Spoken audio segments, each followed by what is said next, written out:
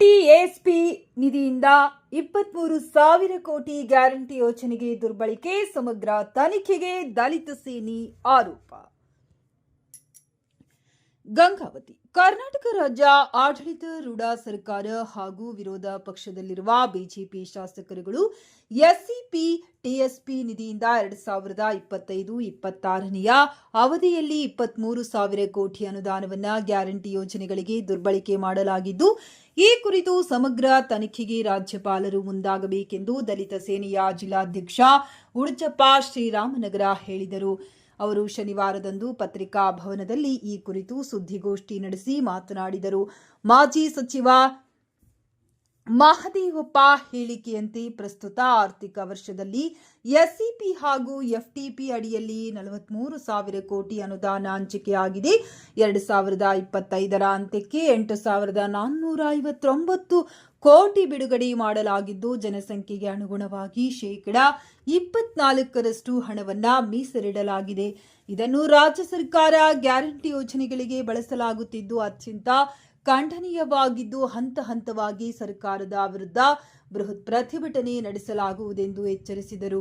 ಸದರಿ ಯೋಜನೆಯ ಹಣವನ್ನು ಯಾವುದೇ ಕಾರಣಕ್ಕೂ ಇತರ ಯೋಜನೆಗಳಿಗೆ ಬಳಸುವಂತಿಲ್ಲ ಎಂಬ ಕಾನೂನು ಇದ್ದರೂ ಸಹ ಸರ್ಕಾರದ ದುರುಪಯೋಗ ಪಡಿಸಿಕೊಂಡಿರುವುದು. ಇದಕ್ಕೆ ಸಂಬಂಧಿಸಿದಂತೆ ಆಡಳಿತ ಸರ್ಕಾರ ಹಾಗೂ ವಿರೋಧ ಪಕ್ಷದಲ್ಲಿರುವ ಪರಿಶಿಷ್ಟ ಜಾತಿ, ಪರಿಶಿಷ್ಟ ವರ್ಗದ ಸಚಿವರು ಹಾಗೂ ಶಾಸಕರು ಕಣ್ಣು ಇದ್ದರೂ ಕುರುಡರಂತೆ ವರ್ತಿಸುತ್ತಿದ್ದಾರೆ. ಇದು ನಮ್ಮ ದೊಡ್ಡ ದುರಂತವಾಗಿದೆ. ದಲಿತ ಸೇನೆಯ ರಾಜ್ಯಾಧ್ಯಕ್ಷರಾದ ಆದೇಶದ ಅನ್ವಯ ರಾಜ್ಯಾದ್ಯಂತ ಪ್ರತಿಭಟನೆ ನಡೆಸಲಾಗುವುದೆಂದು ತಮ್ಮ ಆಕ್ರೋಶವನ್ನು ವ್ಯಕ್ತಪಡಿಸಿದರು.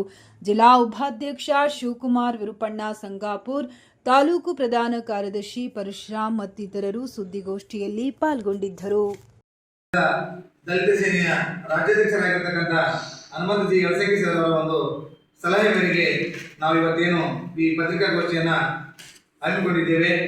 ವಿಚಾರ ಏನಪ್ಪಾ ಅಂತಂದ್ರೆ, ಎಸ್ಸಿ ಎಸ್ಪಿ ಮತ್ತು ಟಿಎಸ್ಪಿ ಹಣವನ್ನ ನಮ್ಮ ಈ ಒಂದು ಹಿಂದಿನ ಒಂದು ಆಡಳಿತ ಸರ್ಕಾರಗಳು ಯಾವ ರೀತಿಯಾಗಿ ಹಣವನ್ನ ದುರುಪಯೋಗ ಮಾಡಿಕೊಂಡಿವೆ ಎಂಬುದರ ಕುರಿತು ಇವತ್ತಿನ ದಿನ ನಾವು ಈ ಒಂದು ಪತ್ರಿಕಾಗೋಷ್ಠಿಯನ್ನ ಕರೆದಿದ್ದೇವೆ. ಯಾಕಪ್ಪ ಅಂತಂದ್ರೆ, ಇದು ಬಹಳ ಇವತ್ತು ನಮ್ಮ ದೇಶದಲ್ಲಿ ಮತ್ತು ರಾಜ್ಯದಲ್ಲಿ ಈ ಎಸ್ಸಿ ಮತ್ತು ಎಸ್ಟಿ ಸಮುದಾಯಗಳಿಗೆ ಆಗ್ತಕ್ಕಂಥ ಅನ್ಯಾಯಗಳನ್ನ ನಾವು ಮನವರಿಕೆ ಮಾಡಿಕೊಂಡಪ್ಪ ಅಂದ್ರೆ ಬಹಳ ನೋವಿನ ಸಂಗತಿ.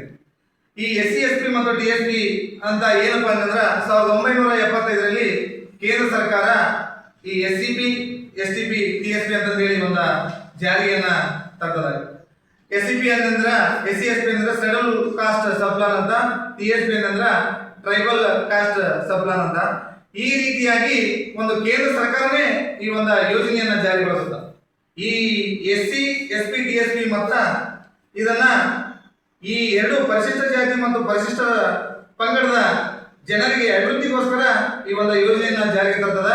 ಟೋಟಲ್ ಆಗಿ ಇಡೀ ಭಾರತದಲ್ಲಿಯೇ ಈ ಕೇಂದ್ರ ಸರ್ಕಾರ ಜಾರಿಗೆ ತಂದಿರತಕ್ಕಂಥ ಈ ದಿನಮಾನಗಳಲ್ಲಿ ನಮ್ಮ ಈ ಇವತ್ತಿನ ದಿನಮಾನಗಳಲ್ಲಿ ನೋಡಿದಪ್ಪ ಅಂತಂದ್ರೆ, ಕರ್ನಾಟಕ ರಾಜ್ಯದಲ್ಲಿ ಈ ಎಸ್ಸಿ ಎಸ್ಪಿ ಟಿಎಸ್ಪಿ ಹಣವನ್ನ ಯಾವ ರೀತಿಯಾಗಿ ಆಡಳಿತ ಸರ್ಕಾರಗಳು ಇದನ್ನ ದುರುಪಯೋಗ ಮಾಡಿಕೊಂಡಿದ್ದಕ್ಕೆ ಅನೇಕ ಉದಾಹರಣೆಗಳು ಇವತ್ತ ನಮ್ಮ ಕಣ್ಮುಂದೆ ಕಾಣ್ತಾ ಇದೆ.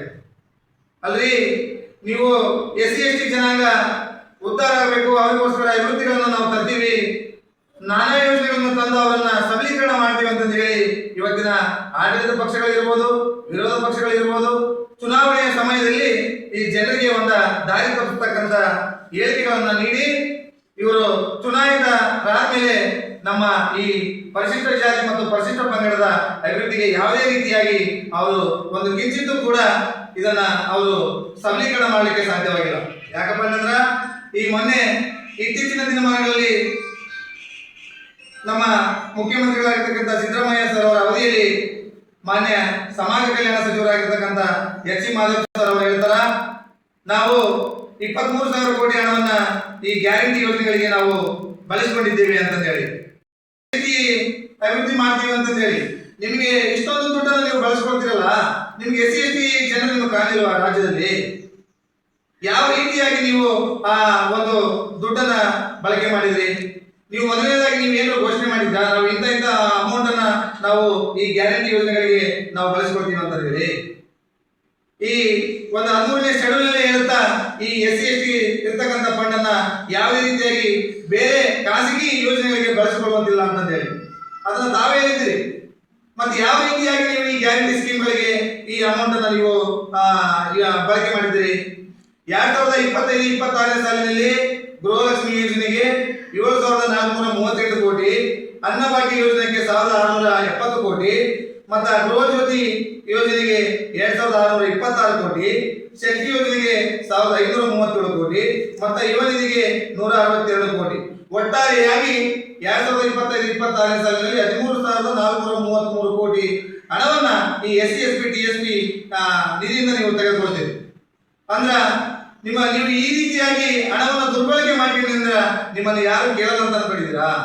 ನಾನು ಆಡಳಿತ ಸರ್ಕಾರಕ್ಕೆ ಕೇಳೋದಕ್ಕಿಂತ ಮುಂಚೆ ಈ ಎಲ್ಲಾ ಪಕ್ಷದ SC/ST ಶಾಸಕರಿಗೆ ನಾನು ಒಂದು ಮನವಿ ಮಾಡ್ಕೊಂತೀನಿ. 224 ಸದಸ್ಯರಲ್ಲಿ ಕರ್ನಾಟಕದಲ್ಲಿ SC/ST ಜನಾಂಗದ ಶಾಸಕರು 50ರಿಂದ 51 ಇರ್ಬೋದೇನೋ ನನ್ನ ಪ್ರಕಾರ. ನೀವು ಒಬ್ಬ ವ್ಯಕ್ತಿಯು ಕೂಡ ಇದುವರೆಗೂ ಈ SC/ST ಹಣದ ಬಗ್ಗೆ ದುರ್ಬಳಕೆ ಆಗಿರ್ಬೇಕು ಒಬ್ಬ ವ್ಯಕ್ತಿಯು ಕೂಡ ಕರ್ನಾಟಕದಲ್ಲಿ ನೀವು ಧ್ವನಿ ಎತ್ತಿಲ್ಲ. ಅಂದ್ರೆ ನೀವು ರಿಸರ್ವೇಶನ್ ನಲ್ಲಿ ಆಯ್ಕೆಯಾಗಿ ಬಂದಿರತಕ್ಕಂತ ಶಾಸಕರುಗಳು ನೀವೆಲ್ಲರೂ ನೀವು ಯಾವ ರೀತಿಯಾಗಿ ಇವತ್ತ ಸಮಾಜದಲ್ಲಿ ಈ ಪರಿಶಿಷ್ಟ ಜಾತಿ ಮತ್ತು ಪರಿಶಿಷ್ಟ ಪಂಗಡದ ಜನರನ್ನ ದಾರಿ ತಪ್ಪಿಸ್ತಾ ಇದ್ದೀರಿ ಅಂತ ನಮಗೆ ಅರ್ಥ ಆಗ್ತಿಲ್ಲ. ಸ್ವಾಮಿ, ನೀವು ಅಧಿಕಾರಕ್ಕೋಸ್ಕರ ಇಡೀ ಸಮಾಜವನ್ನು ಬಲಿಕೊಡತಕ್ಕಂಥ ಅವಶ್ಯಕತೆಗಳಿಲ್ಲ. ನೀವೇನು ಚುನಾಯಿತರಾಗುವ ಮುಂಚೆ ಯಾವ ರೀತಿಯಾಗಿ ಜನಾಂಗಕ್ಕೆ ನಾವು ಈ ರೀತಿಯಾಗಿ ಅಭಿವೃದ್ಧಿ ಮಾಡ್ತೀವಿ, ನಿಮ್ಮನ್ನ ಮೇಲ್ನೋಟಕ್ಕೆ ಅಭಿವೃದ್ಧಿ ಮಾಡ್ತೀವಿ ಅಂತ ಹೇಳ್ತಿರಲ್ಲ, ಅದೆಲ್ಲ ಈಗ ಎಲ್ಲಿ ಹೋಗಿದೆ? ಆಡಳಿತ ಸರ್ಕಾರದಲ್ಲಿ ಇರ್ತಕ್ಕಂಥ ಇವತ್ತಿನ ಶಾಸಕರು ಮತ್ತು ಸಚಿವರುಗಳು ತಮ್ಮ ತಮ್ಮ ಸಚಿವ ಸ್ಥಾನಕ್ಕಾಗಿ ಜನಗಳಿಗೆ ಆ ಆಸೆ ಆಮಿಷಗಳನ್ನು ಒಡ್ಡಿ ಇವತ್ತು ಅವರ ಪರವಾಗಿ ಹೋರಾಟಗಳನ್ನು ಮಾಡ್ತಾ ಇದ್ದೀರಿ. ನೀವು ಅಂದ್ರ ನಿಮಗೆ ಸಚಿವ ಸ್ಥಾನನೇ ಮುಖ್ಯನಾ? ನೀವು ಇವತ್ತೇನಾದ್ರು ನೀವು ಮೀಸಲಾತಿ ಕ್ಷೇತ್ರದಲ್ಲಿ ರಿಸರ್ವೇಶನ್ ಆರಿಸಿ ಬಂದಿರತಕ್ಕಂಥ ಈ ಆಡಳಿತ ಸರ್ಕಾರದ ಶಾಸಕರುಗಳಿದ್ದೀರಲ್ಲ, ನೀವು ಒಂದ್ಸಲ ಮನವರಿಕೆ ಮಾಡ್ಕೊಳ್ಳಿ. ನೀವು ಯಾವ ರೀತಿಯಾಗಿ ಈ ಪರಿಶಿಷ್ಟ ಜಾತಿ ಮತ್ತು ಪರಿಶಿಷ್ಟ ಪಂಗಡದ ಹಣವು ದುರ್ಬಳಕೆ ಆಗಿದೆ ಅಂತ ನೀವು ಪ್ರತಿಯೊಂದು ಇಂಚು ಎಲ್ಲರಿಗೂ ಗೊತ್ತಿದೆ.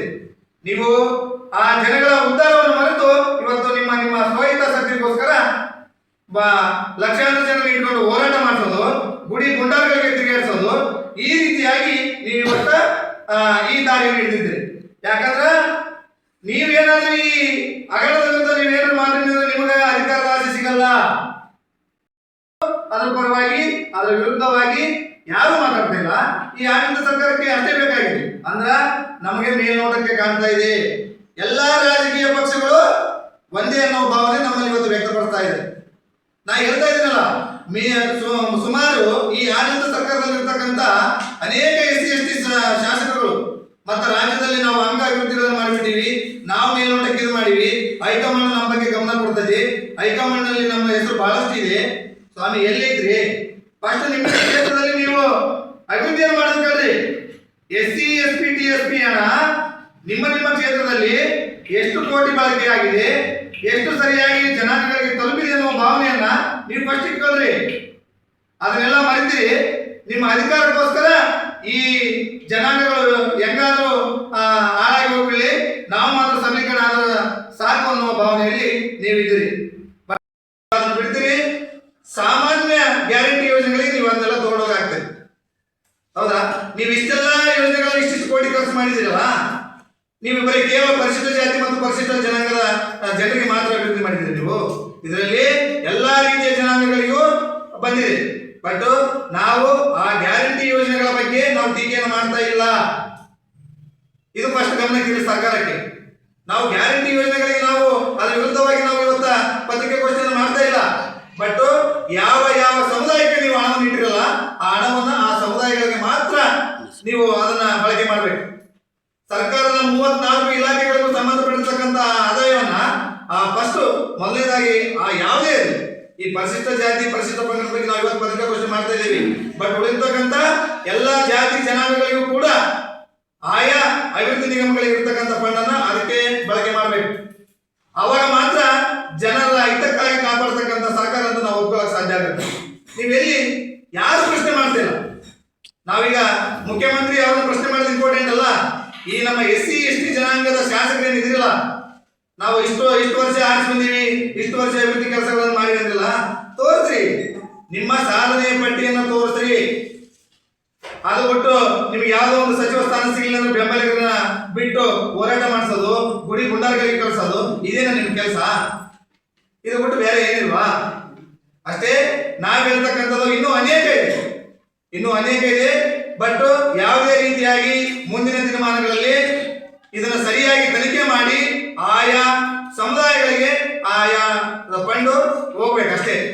ಇಲ್ಲ ಬಂದ್ರ ಇವತ್ತು ನಾವು ಕೇವಲ ಇಲ್ಲಿ ತಾಲೂಕು ಮಟ್ಟದಲ್ಲಿ ನಾವು ಏನು ಪತ್ರಿಕಾಗೋಷ್ಠಿ ಮಾಡಿದೀವಲ್ಲ, ಮುಂದಿನ ದಿನಮಾನಗಳಲ್ಲಿ ನಾವು ರಾಜ್ಯಾದ್ಯಂತ ಈ SC ST DSP ಹಣದ ಬಗ್ಗೆ ನಾವು ಒಂದು ದೊಡ್ಡ ಹೋರಾಟವನ್ನ ಹಮ್ಮಿಕೊಳ್ತೀವಿ ಅಂತ ಹೇಳಿ ನಾನು ಇಲ್ಲಿಗೆ ನನ್ನ ಒಂದು 2 ಮಾತುಗಳನ್ನು ಮುಗಿಸ್ತೇನೆ.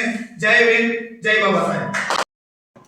ಟೋಟಲ್ ಆಗಿ ಪರಿಶಿಷ್ಟ ಜಾತಿ ಮತ್ತು ಪರಿಶಿಷ್ಟ ಪಂಗಡದಲ್ಲಿರ್ತಕ್ಕಂಥ SC ST DSP ಹಣವನ್ನ 23,000 ಕೋಟಿ ಹಣವನ್ನ ನಾವು ಬಳಕೆ ಮಾಡಿಕೊಂಡಿದ್ದೇವೆ ಅಂತ ಅವಾಗ ನಮಗೆ ಬಹಳ ನೋವಿನ ಸಂಗತಿ ಆಗಿದೆ.